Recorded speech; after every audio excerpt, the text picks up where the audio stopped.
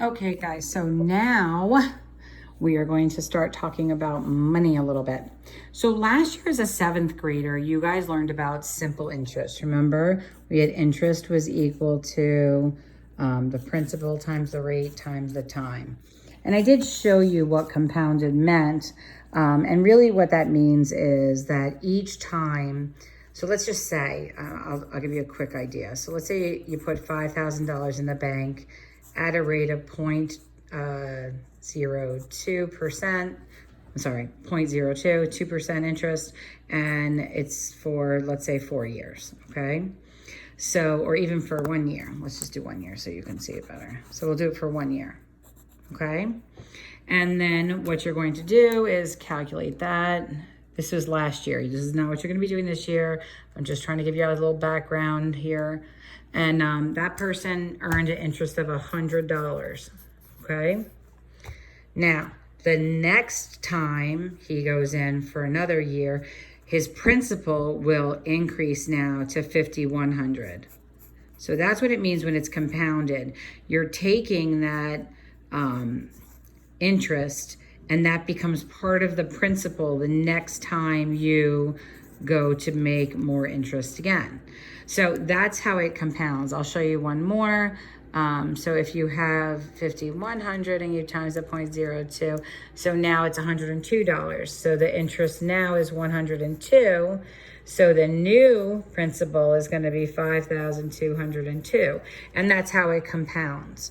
So we need a faster way to get to compounding. So what we do is we talk about compound interest, and it is basically, it's the same thing. If I put $5,000 in, like if that's my principal, that's going to be the A of the function, the amount of money you put in.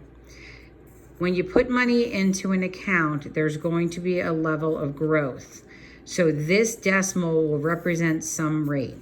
Now, generally, banks don't give you a lot of money. Sometimes they'll make it seem higher for these types of problems. But in general, you're going to come up with less than 5%, maybe back in the 80s. But now it's like, probably about 2.5%. So let's say it's 2.5%, which would mean in its decimal form, it's going to go in here as 0.025%, right?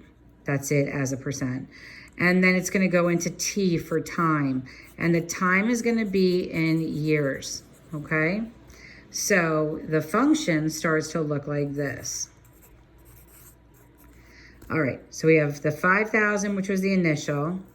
We have the growth factor of 1.025, and then this is the time in years. So let's go to our calculator and enter the function. Again, not going to see it in the grid. Don't waste time trying to make your window work here because you're not being asked to graph it under any circumstances at all. We're just using the calculations of the calculator when it is in regard to this function. We'll raise it to the x, okay? Now, I'm going to go here, and let's say they want to know for 2 years. So I'm going to go to the 2, and I'm going to see how much money that is, okay? So that is 5,253. So that is 5,253.125. Now, here's my question for you. Do you think, first of all, it's money, so we're going to round this eventually, but do you think that this amount is just the interest, or do you think this is the new total? I mean, look at the numbers. If you have 2.5% for 1 year, right?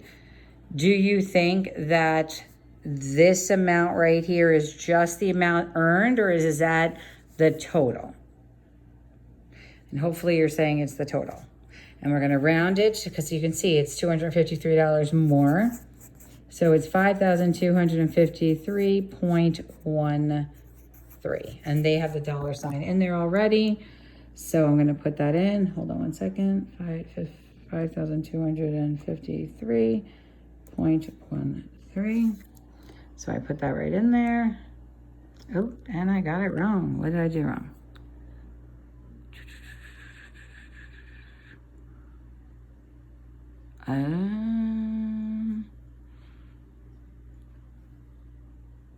Oh, I made up my own problem.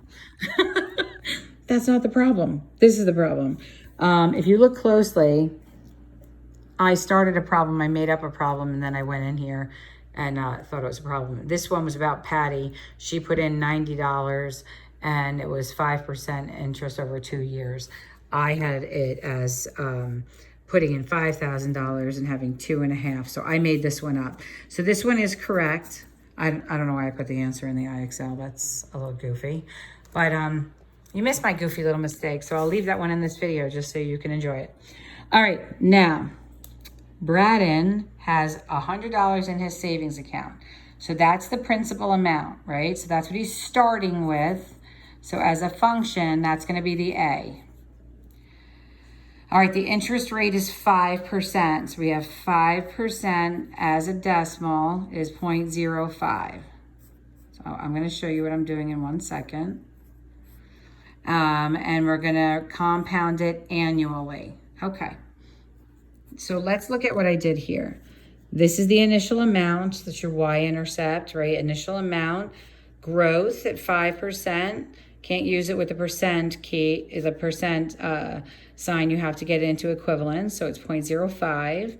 So that's how much will be added on. So the new function is starting with 100.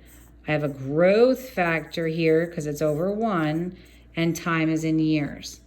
Now there's 2 ways to do this, guys. I showed you. You can put it into the calculator, okay, just as an expression if you want. So you can actually do 100 times 1.05 to the third right in here, okay? And you can just raise it to the third and get your answer. So that's 152.0875. So that's 152.09, okay? So I can get it from there. This is just in the standard window, which is fine if they only want you to find one thing. But sometimes what they'll do is they'll ask you to compare it. Like, what's the difference between 5 years and 3 years? And then, of course, you would have to go in and make that adjustment. So I'm going to add this function in here now. We're at 100.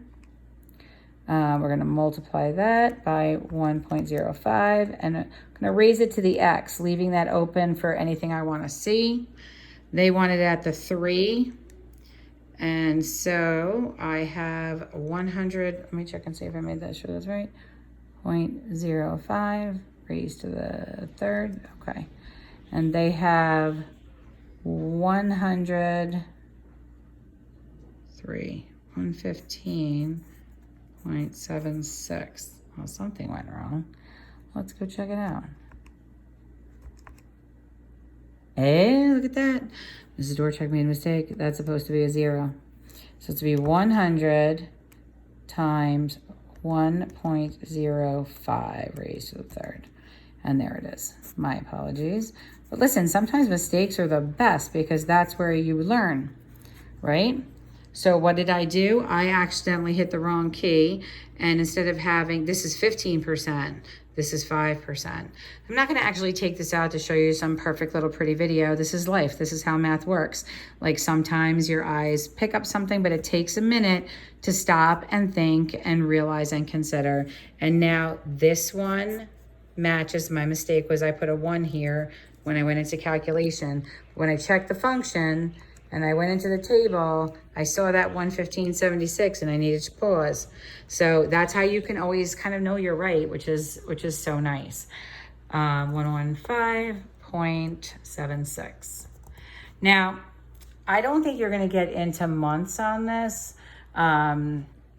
If we do, I can address that. My intention is to do that tomorrow, and they have a new IXL after this one, which I think really focuses in on that. So I'm going to have you do some here, and then I'm going to have you do a couple over on Delta, okay? So I'll pick them out. The thing to remember, guys, it's very simple, okay? When you have, this is always the initial amount. So whatever function you're using, this is what you're starting with. That's what initial means, right? And then this is your growth factor. If it's going to grow, it's going to be 1 plus that rate, that percent. Remember, you always put the percent into decimal form. And then it will be raised to the x. If it's decay or depreciation, it's going to be 1 minus r. And that will be raised to the x. Okay? And then when it comes to compound interest, you're actually going to find the actual total amount that's in there by taking your principal amount, and then you're going to find out that growth rate and raise it to the x.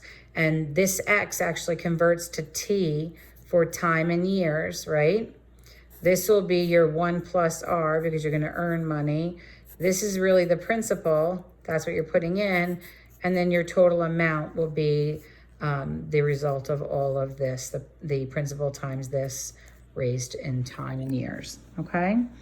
All right, so I think that's enough on the video watching. It's a lot ad nauseum. I think you just want to jump right in and practice. I will definitely be available for you.